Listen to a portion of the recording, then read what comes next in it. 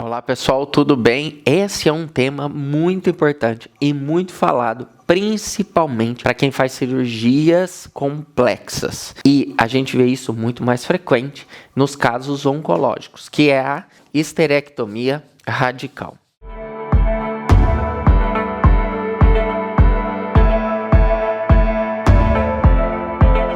Bom, hoje em dia a gente tem, inclusive, questionamentos se a gente deve ou não fazer a esterectomia radical alargada para os tumores de colo de útero, principalmente para os tumores menores que 2 centímetros. Então esse é um questionamento muito interessante no momento, na fase que a gente está vivendo, e deve sempre ser considerada, porque diminui a morbidade do nosso paciente quando a gente diminui a mão na lateralização, na ressecção lateral do ureter, do paramétrio, na ressecção lateral do útero. Então, por exemplo, na parametrectomia. O que eu gostaria de abordar aqui nesse vídeo para vocês é a importância, e isso todo congresso que a gente vai, a pergunta que surge é: eu devo fazer a minha esterectomia radical pela via minimamente invasiva? Apesar das evidências que a gente tem, e junto com elas, tem alguns fatores que a gente deve levar em consideração. E isso não é só para a esterectomia radical, é para qualquer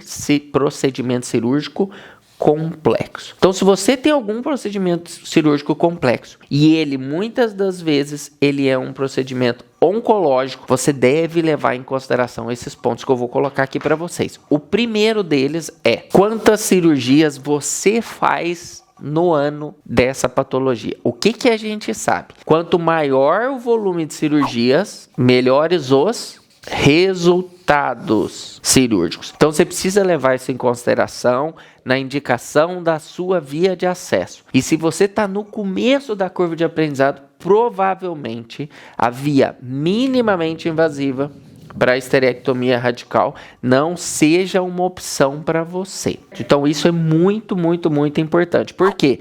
Porque qual que é o objetivo quando a gente trata do paciente oncológico? Aumentar a sobrevida e melhorar o prognóstico. E para isso a gente precisa dos melhores resultados, dos melhores indicadores. O segundo ponto é se o seu centro é um centro especializado. O que a gente viu através dos artigos? Que em centros especializados, em redes terciárias específicas para tratamento de alguma patologia, elas têm melhores resultados.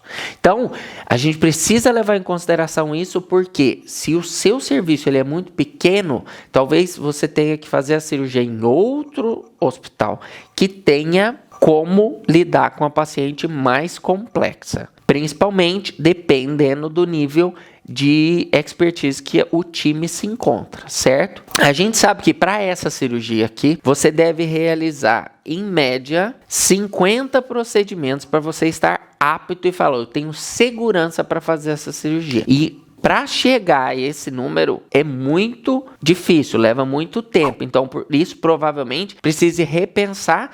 Isso aqui é uma média, mas é claro que existem cirurgiões e cirurgiãs que fazem antes desse volume de cirurgias, e tem gente que precisa fazer mais de volume de cirurgias para realizar a expertise. A segunda coisa que eu queria levar em consideração com vocês é: vocês precisam ter os seus indicadores. Por que é importante ter os nossos indicadores? Que a gente percebeu no estudo lá, que é um estudo grande que avaliou os pacientes da cirurgia aberta versus cirurgia minimamente invasiva, e a gente percebeu que o nível de recorrência variava de centro para centro. Isso baseado nos indicadores de cada centro tinham. Isso fez com que, após esse estudo, alguns centros abandonassem a via minimamente invasiva e alguns centros persistisse realizando a cirurgia minimamente invasiva. Quem são esses centros aqui? São centros com grande volume de paciente, resultados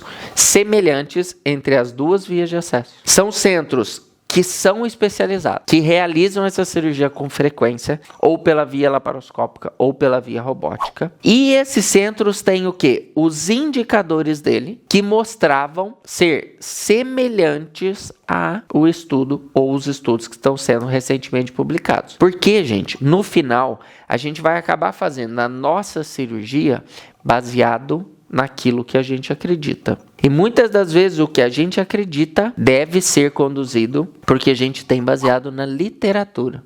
Por quê? Porque daí a gente tem respaldo para a gente indicar com mais segurança para paciente. Mas fora isso, a gente precisa ter resultados pessoais.